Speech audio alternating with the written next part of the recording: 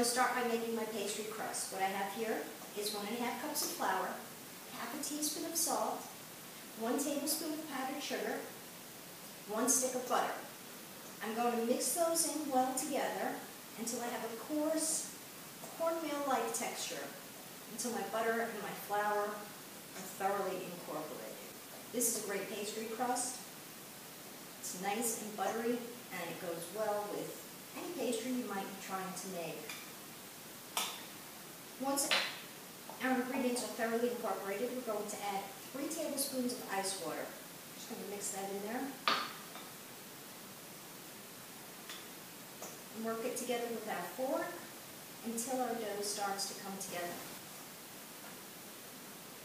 Once our dough has come together, we just knead it a little bit by hand, work that all together into a soft ball. And once it's in a soft ball, we want to take that, cover it, and set it in the fridge for about 20 minutes. My dough is ready to be rolled out. I have some wax paper here that I'll be working on. I'm just going to secure the edges with a little bit of my dough. I'm going to flour my surface well. I'm just going to place my dough on that floured surface and roll it out.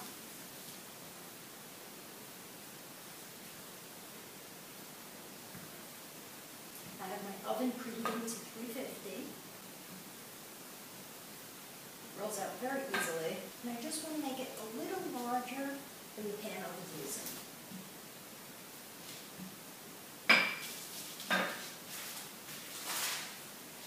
Once my dough is rolled out, I place it in my pan. Make sure it meets the edges of the pan well. Make sure there are no air pockets there. And just press down. To trim the edges, just go around and press excess off.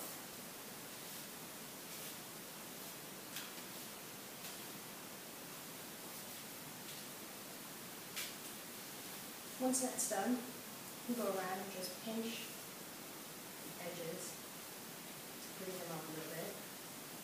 Goes quickly. Once your edge is done, pierce well with a fork.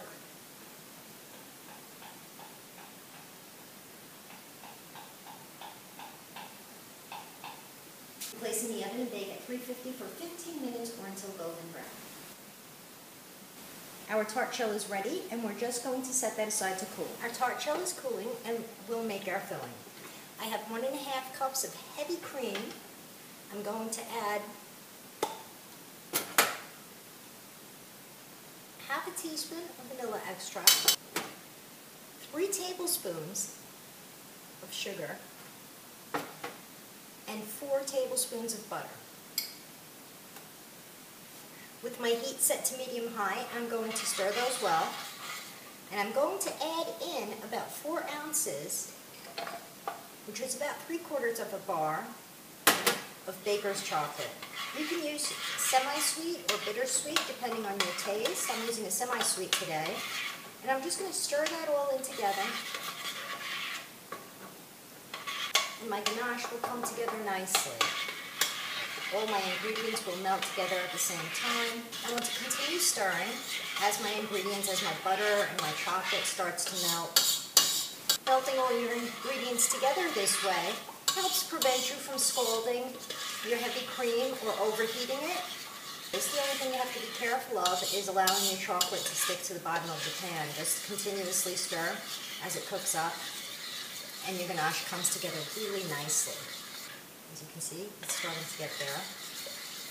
At this point, I like to switch to a wire whisk to make sure everything's thoroughly incorporated. Our ganache has come together nicely. And we can turn off the heat. To get the air bubbles out of our ganache, it's a good idea to just gently bang the pot on the counter, get the air bubbles out before pouring into the tart shell. So we have our air bubbles out, and we're just going to pour that in.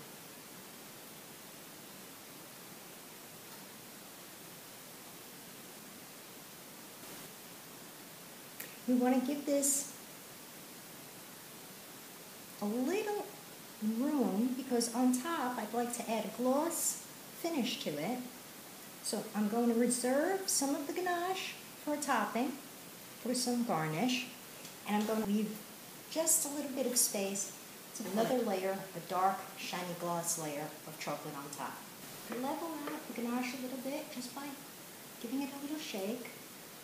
For a smoother finish, try not to smooth it out with a knife or a fork or anything. Just give it a few shakes. If you see any air bubbles, just gently tap your plate and place in the fridge and let it cool.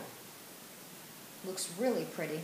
Absolutely delicious. What I have here is about 3 tablespoons of sugar, and I have it just covered with water. And what I'm going to do, I have my heat set to medium-high, what I'm going to do is bring that to a boil and let it cook just until it thickens a little bit. I don't want to caramelize it, I don't want to go that far with it, I just want to create a very thick syrup. Once it's thickened up, as you can see by the bubbles on top, you'll see the bubbles, the syrup start to get thicker and the bubbles perking away. It's just about ready. This will also thicken a little bit more upon cooling.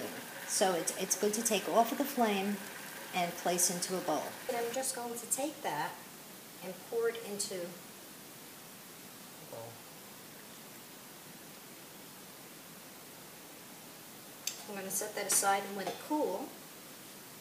I have a heat-safe bowl here and some water under that, using it as a double boiler. And to that I'm going to add 2 pats of butter, 2 tablespoons of butter, half a bar of baker's chocolate, and I'm just going to let that melt down. We want to stir our chocolate and our butter as they melt together, and once they're thoroughly melted, it looks really nice. Once that's done, we want to add some of our syrup. We don't want to go too far with it as it can prevent the chocolate from setting. We just want it to give it a nice, shiny gloss. So we're going to add that in there. About a teaspoon to a tablespoon will do. It makes your chocolate super shiny. We're going to go check on our tart. As we can see, we have a really nice, super shiny glaze for our tart. We just want to give that just a moment or two to cool down. That sugar mixture can be very hot. We don't want it to cool down and lose pourability too much, so just a moment. Just give it a moment or two to lose the brunt of its heat, and we'll pour it onto our tart.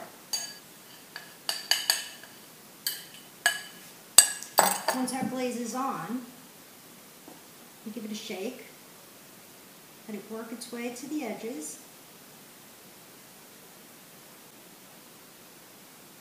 Very nice and shiny. And we're going to set that back into the fridge to cool. I'm finishing off my tart just by spooning some ganache around the edges.